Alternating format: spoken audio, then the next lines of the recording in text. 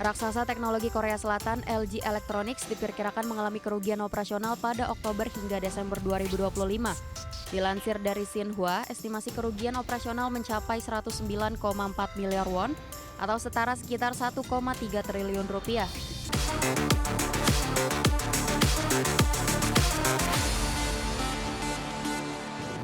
LG Electronics diperkirakan mencatat kerugian operasional sebesar 1,3 triliun rupiah pada kuartal keempat tahun 2025. Ya, kinerja ini berbalik dari laba yang dicatat pada periode yang sama tahun sebelumnya. Raksasa teknologi Korea Selatan LG Electronics diperkirakan mengalami kerugian operasional pada Oktober hingga Desember 2025. Dilansir dari Xinhua, estimasi kerugian operasional mencapai 109,4 miliar won atau setara sekitar 1,3 triliun rupiah. Kinerja tersebut berbanding terbalik dengan periode sama tahun sebelumnya. Pada kuartal keempat 2024, LG masih mencatat laba operasional sebesar 135,4 miliar won. Meski rugi secara operasional, pendapatan LG pada kuartal keempat justru meningkat.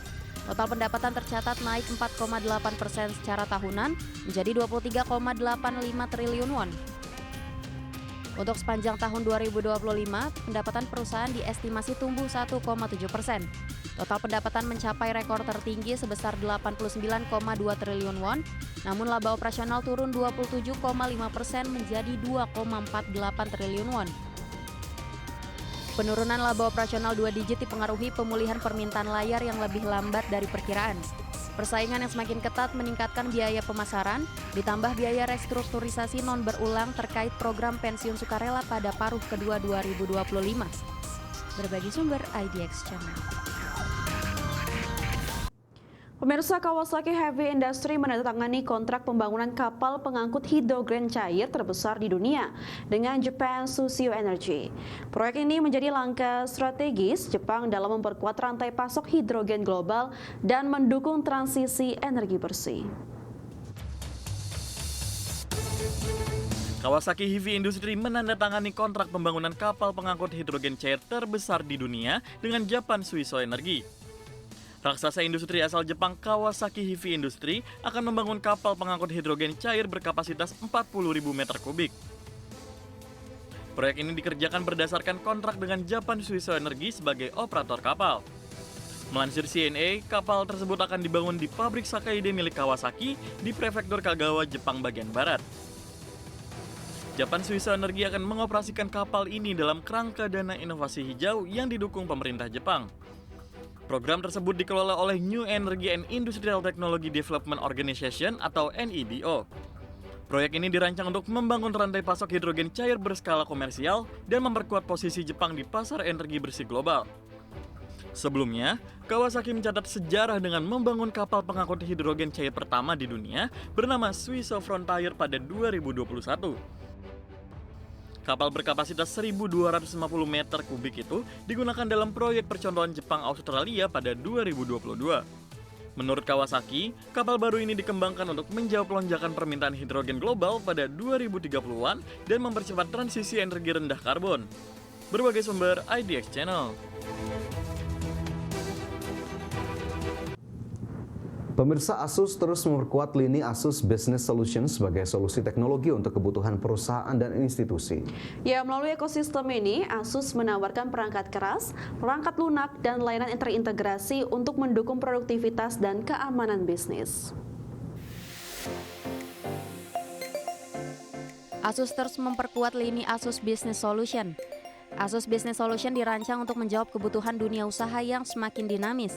Solusi ini menyasar perusahaan kecil, menengah, hingga korporasi besar serta sektor pendidikan dan pemerintahan.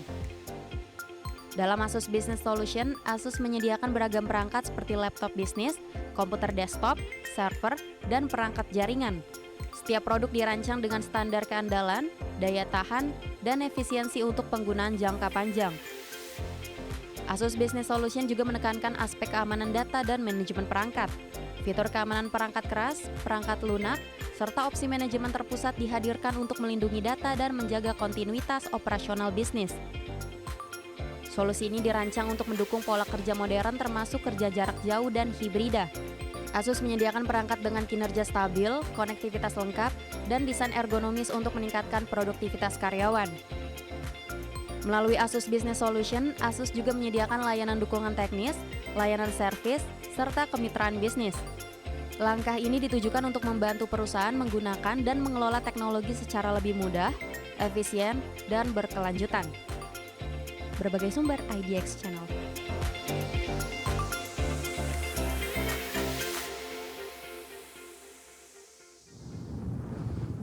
Pemirsa, Lenovo menampilkan Yoga Slim 7X sebagai bagian dari inovasi laptop terbaru di ajang CES 2026 di Las Vegas. Perangkat ini mengusung desain tipis portable dan teknologi terdepan untuk mendukung produktivitas, Windows, dan kecerdasan buatan.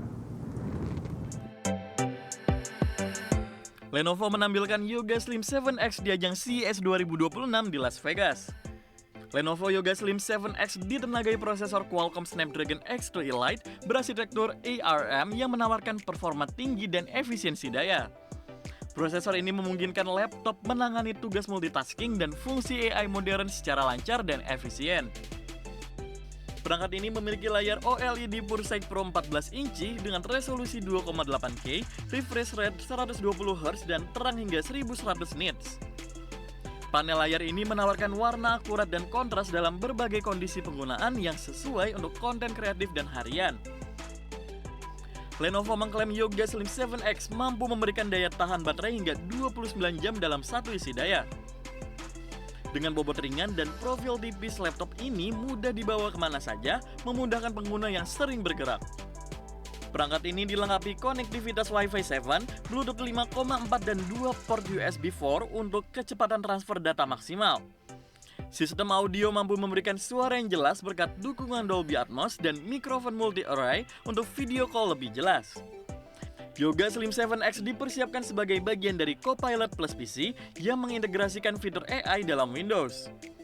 Kemampuan ini memungkinkan pengguna mendapatkan pengalaman cerdas otomatis seperti optimasi daya, peningkatan kinerja aplikasi, dan interaksi vokal dengan lebih natural. Berbagai sumber IDX Channel.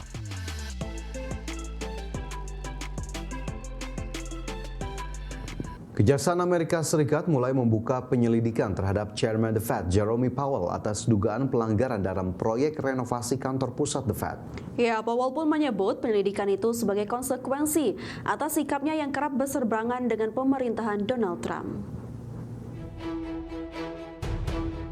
Kejaksaan Federal Amerika Serikat membuka penyelidikan pidana terhadap Chairman Federal Reserve Jerome Powell terkait kesaksiannya di hadapan Kongres pada Juni lalu mengenai proyek renovasi kantor pusat Bank Sentral senilai 2,5 miliar dolar Amerika di Washington. Langkah hukum yang mengejutkan ini langsung memicu kekhawatiran luas karena dinilai memperdalam konflik terbuka antara pemerintahan Presiden Donald Trump dan Bank Sentral yang selama ini dikenal independen dari kekuasaan politik. Namun Powell secara terbuka mengaitkan penyelidikan tersebut dengan sikap The Fed yang tidak sejalan dengan keinginan pemerintahan Trump soal suku bunga. Dalam sebuah pernyataan, Powell menyebut ancaman pidana itu sebagai konsekuensi dari tekanan politik yang terus-menerus diarahkan kepadanya. Menurut Powell, kasus ini sudah menyentuh inti persoalan independensi Bank Sentral. Ia menegaskan bahwa penyelidikan tersebut berpotensi menjadi bentuk intimidasi agar kebijakan moneter tunduk pada tekanan politik. Trump selama ini kerap menuntut The Fed memangkas suku bunga secara drastis, menyalahkan kebijakan Bank Sentral atas lambatnya pertumbuhan ekonomi. Trump juga pernah menyebut akan mempertimbangkan untuk memecat Powell meski posisi ketua Fed secara hukum dilindungi dari pemecatan terkait perbedaan kebijakan. Dari bagi sumber untuk IDX Channel.